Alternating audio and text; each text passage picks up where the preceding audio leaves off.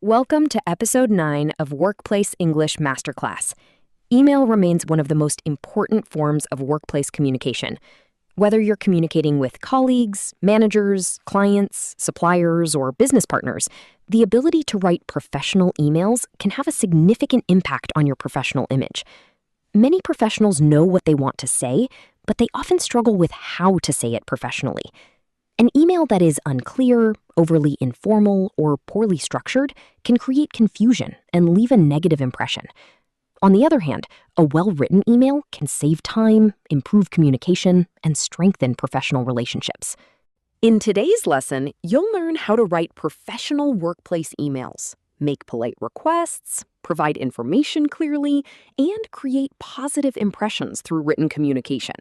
By the end of this lesson, you'll feel more confident writing professional emails in a variety of workplace situations. Let's get started. Before we learn the phrases, let's understand why email skills are so important. The first benefit is communicating clearly. Emails often contain important information, instructions, updates, and requests. A clear email helps ensure that your message is understood correctly. The second benefit is creating positive impressions. Your email writing reflects your professionalism. Well-written emails demonstrate attention to detail, organization, and strong communication skills. The third benefit is saving time. When emails are structured clearly and include all necessary information, recipients can respond more efficiently. This reduces unnecessary follow-up emails and misunderstandings. The fourth benefit is avoiding misunderstandings. Written communication does not include tone of voice or facial expressions. For this reason, clarity is especially important in emails. The final benefit is building professional relationships. Polite, respectful, and professional emails help create trust and strengthen workplace relationships over time. For these reasons, email communication remains an essential workplace skill in almost every industry. Let's begin with professional email greetings. The greeting is the first thing the recipient sees, so it helps create the tone for the entire email. The first greeting is, "Dear Mr. Smith." This is a formal greeting, often used when communicating with clients, senior professionals, or people you don't know well. The second greeting is, "Dear Ms. Lee." Like the previous example, this greeting is professional and respectful. Formal greetings are especially useful when communicating externally or in more traditional workplaces. The third greeting is, "Hello, John." This greeting is slightly less formal, but still professional. It is commonly used when communicating with colleagues or people you know well. The final greeting is, "Good morning." This greeting works well when the recipient's name is unknown or when communicating with a group of people. Choosing the right greeting helps establish professionalism and sets a positive tone for the rest of the email. Remember, the greeting should match your relationship with the recipient and the purpose of the message. After greeting the recipient, the next step is clearly stating the purpose of your email. One of the biggest mistakes people make is taking too long to explain why they are writing. Professional emails are usually clear and direct. Let's look at some useful phrases. The first phrase is, "I'm writing to." This is one of the most common and useful email phrases. For example, "I'm writing to request information about the upcoming training program." This immediately tells the reader why you are contacting them. The second phrase is, "I'd like to." This phrase sounds polite and professional. For example, "I'd like to schedule a meeting to discuss the project." It clearly communicates your intention. The third phrase is, "I'm reaching out regarding." This phrase is commonly used in modern business communication. For example, "I'm reaching out regarding the proposal we discussed last week." This sounds professional and conversational. The final phrase is, "The purpose of this email is."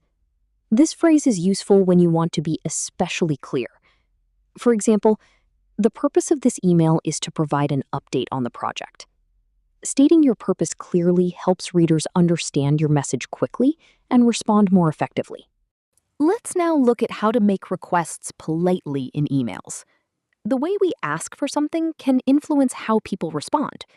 Professional communicators use polite language because it demonstrates respect and professionalism. The first phrase is, "Could you please?" For example, "Could you please send me the updated report by Friday?" This phrase is polite, direct, and widely used in professional emails. The second phrase is, "Would it be possible to?" This phrase sounds slightly softer and more diplomatic. For example, "Would it be possible to reschedule our meeting for next week?" This gives the recipient flexibility while still communicating your request. The third phrase is, "I'd appreciate it if you could." This phrase shows appreciation in advance. For example, "I'd appreciate it if you could review the attached document." This creates a positive and respectful tone. The final phrase is, "Could you kindly?" For example, "Could you kindly confirm your availability for the meeting?" This phrase is often used in formal business communication. Polite requests increase the likelihood of receiving positive responses and help maintain strong professional relationships. Professional emails are not only used to request information, they are also used to share information clearly and efficiently. Let's explore some useful phrases. The first phrase is, "Please find attached." This phrase is used when sending a document or file. For example, "Please find attached the final project report." This immediately informs the recipient that an attachment has been included. The second phrase is, "I'd like to inform you that." This phrase is useful when sharing important updates. For example, "I'd like to inform you that the meeting has been moved to Thursday." This sounds professional and straightforward. The third phrase is, "For your reference." This phrase is used when sharing information that may be useful to the recipient. For example, "For your reference, I've included last month's sales figures." This helps provide context and additional information. The final phrase is, "As discussed." This phrase is often used after meetings or conversations. For example, "As discussed, we will proceed with the revised timeline." This helps document agreements and ensures everyone has the same understanding. Using clear information sharing phrases makes your emails easier to read and helps prevent misunderstandings. Let's now look at professional email closings. The closing is the final part of your email, and it helps leave a positive impression on the recipient. Let's explore some common options. The first closing is, "Kind regards." This is one of the most widely used professional email closings. It is polite, professional, and suitable for most workplace situations. The second closing is, "Best regards." This is slightly warmer, but still professional. It is commonly used when communicating with colleagues, clients, and business contacts. The third closing is, "Thank you." This closing works well when you are requesting assistance or expressing appreciation. For example, if someone has helped you or if you are asking for support, ending with "thank you" can reinforce a positive tone. The final closing is, "Sincerely." This is a more formal closing, often used in official correspondence, applications, or formal business communication. Choosing the right closing helps reinforce professionalism and ensures that your email ends on a positive note. Remember, the closing should match the tone and purpose of your message.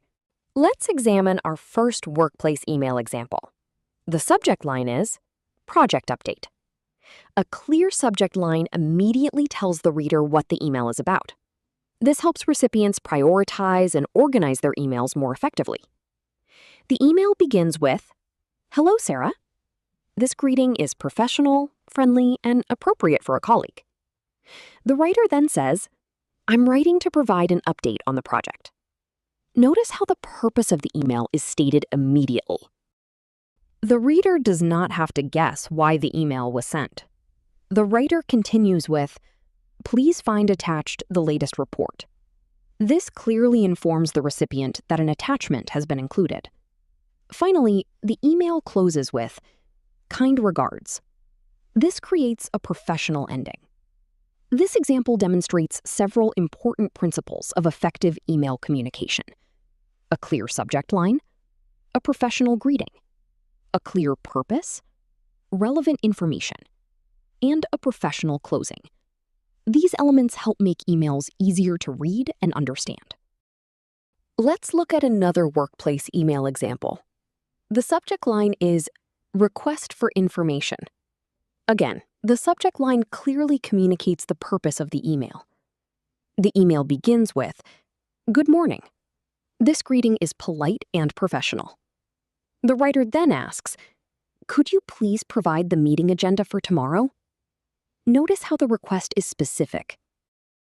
The writer clearly explains what information is needed. Specific requests help recipients respond more quickly and accurately. The email ends with, Thank you.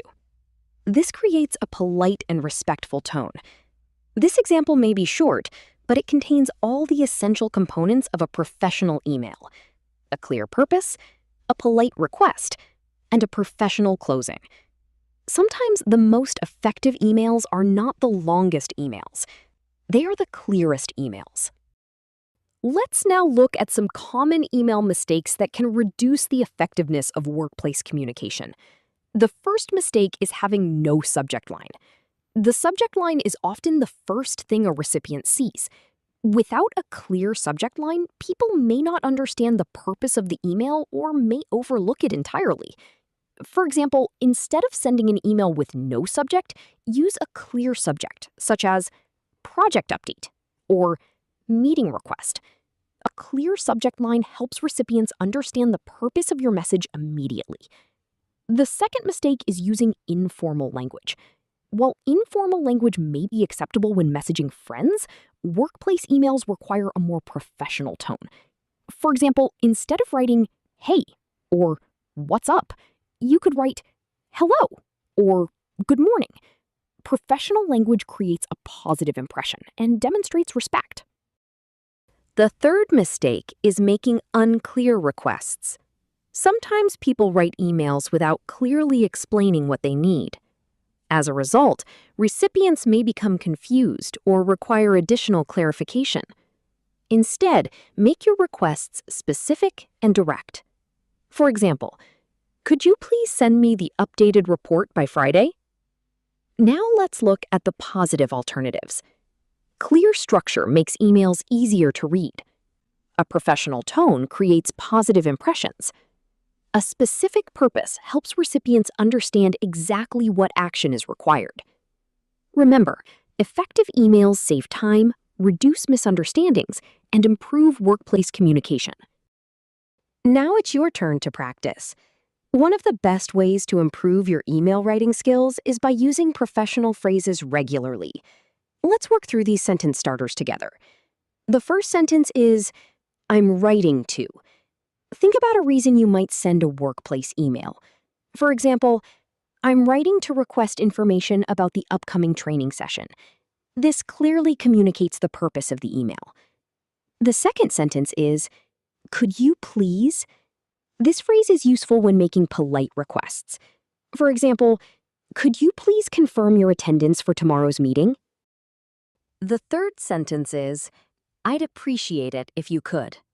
This phrase adds an extra level of professionalism and politeness. For example, I'd appreciate it if you could review the attached proposal. The final sentence is, please find attached. This phrase is commonly used when sending files or documents. For example, please find attached the latest project report. Try completing each sentence using examples from your own workplace, studies, business projects, or daily communication. The more you practice these phrases, the easier it will become to write professional emails confidently and effectively. Congratulations on completing Episode 9 of Workplace English Masterclass. Today, you've learned how to write professional workplace emails that are clear, polite, and effective. Let's briefly review what we've covered. You learned how to begin emails with professional greetings. You learned how to state the purpose of an email clearly and directly. You learned how to make polite requests using professional language. You learned how to provide information effectively and professionally. You learned how to close emails appropriately. And finally, you explored common mistakes that can reduce the effectiveness of workplace emails. Remember, professional email communication is not about using complicated vocabulary. It's about being clear, organized, respectful, and purposeful. A well-written email can save time, strengthen professional relationships, and create positive impressions. As you continue developing your workplace communication skills, try applying some of today's phrases in your own emails. With practice, professional email writing will become more natural and efficient. In episode 10, we'll learn how to network professionally and build strong workplace relationships. Thank you for learning with Everyday English Treats. I'll see you in the next lesson.